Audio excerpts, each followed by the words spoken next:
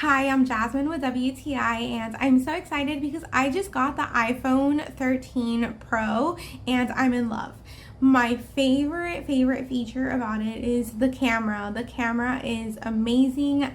Definitely the best phone camera that I've ever had.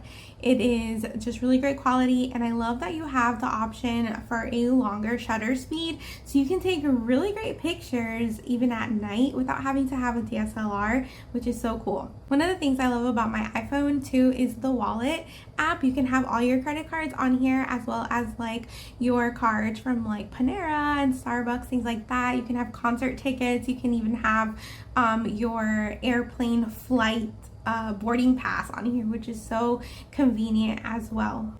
I also love how fast it is. It's really fast at like switching apps and going from one to the next. If you scroll all the way to the left, it will also open a few widgets that make life so much easier. It's pretty much like your most used apps, like your calendar, the weather, your battery percentage, and things like that. And it also gives you like the stats on your usage, which is really nice if you want to see where you're spending your time. Overall, the iPhone 13 Pro is just a really great phone to have. It's great all around. The speed, the camera is amazing. I highly recommend it, and that's my point of view.